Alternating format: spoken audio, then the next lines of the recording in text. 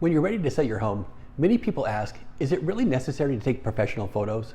So in this video, I'll share why I feel that taking professional photos is one of the most important things you can do when you're ready to sell your home. Hi, my name is Casey and I'm a local realtor. And on this channel, we share information and tips about the local housing market. And if you find this information helpful, I'd love if you hit the like and subscribe buttons below. Okay, so let's get started. In today's real estate market, the majority of buyers begin their home search online, and they spend hours looking at homes. And trust me, they're definitely looking at pictures. In fact, they're looking at a lot of pictures. So it's not just a good idea to take professional photos, you absolutely have to have great photos if you want to get the highest price for your home. And not just one photo of the front of your home either. Buyers want to see everything that your home has to offer. They want to see the kitchen, the bedrooms, and the bathrooms. And they really want to see the common areas, like the living room, family room, great room, and the yard. This is where people spend their time with family and friends. So it's important to show these spaces so they can imagine themselves actually living in your home. And with the right photos, buyers will get the feeling that they've already been inside your home. And if a person can see themselves living in your home, then they will be the ones that will schedule an appointment to come and view it in person. And that's exactly what you want to happen. So when it comes to taking photos of your home, here are the 5 most common mistakes to avoid. Number 1, blurry or low quality photos. Blurry or out of focus photos will definitely not impress today's home buyers. They really do expect to see great photos. And when a buyer sees a bad picture of a home, they simply move on to the next one. So even if your home has everything they might be looking for, the reality is that potential buyer may never actually look at your home. And even if you don't want to hire a professional photographer, use a quality camera or smartphone that can give you high resolution images. And consider using a tripod too. This helps stabilize the camera and will help prevent blurry photos. Number 2, poor lighting. Lighting is a critical part of a good photo. Good lighting can definitely make a property look more spacious and inviting. This is why interior photos are best taken during the day with the windows and blinds open and all the lights turned on. You want the interior of your home to be as bright as possible.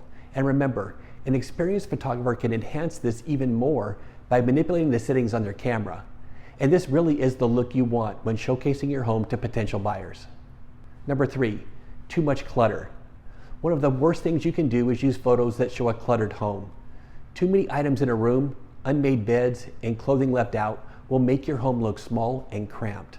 And even though this isn't directly affected by the quality of the photos, a clean and organized home is critical to getting good photos. And even if you choose not to hire a stager, you can definitely clean, declutter, and organize your home before taking your photos.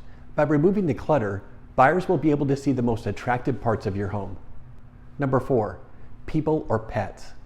The main goal of your photos is for potential buyers to see your home, not the people or the pets that live there. And although we all love our pets, try to keep them out of your photos. Not everyone loves pets, and some people actually have allergies to them. So including a pet in your photos could have a negative impact on these buyers. They might worry about pet hair on the carpet, scratches on the floor, or even bad odors and stains in the home. Also, your photos should never include the people that live in the home either. And this is especially true when it comes to your kids. It's sad, but in today's world, we really have to be very careful and protective of our kids. And the best way to do this is to simply make sure that they're not included in any photo that will be posted on the internet or on home search sites. Remember, use your photos to showcase your home, not your family or your pets. And finally, number 5, not having enough photos. Now this one is really important. Buyers really want to see as many photos as possible. This will help them decide if they want to schedule an appointment to see it in person. And if you don't include enough photos, buyers may wonder if you're trying to hide something. For example, let's say you only include photos of the exterior of your home. Some buyers might assume there are problems with the interior, even if there aren't any. So it's really important to show every part of your home in your pictures. You'll want to include enough photos so a buyer can decide if it's a good fit for them and their family. So this is one of those times where more is definitely better. There's an old saying that you only have one chance to make a great first impression. And this is especially true when it comes to putting your home up for sale. And in my experience, taking great pictures of your home is one of the best ways to make a great first impression for potential buyers. So this is one step you definitely don't want to skip.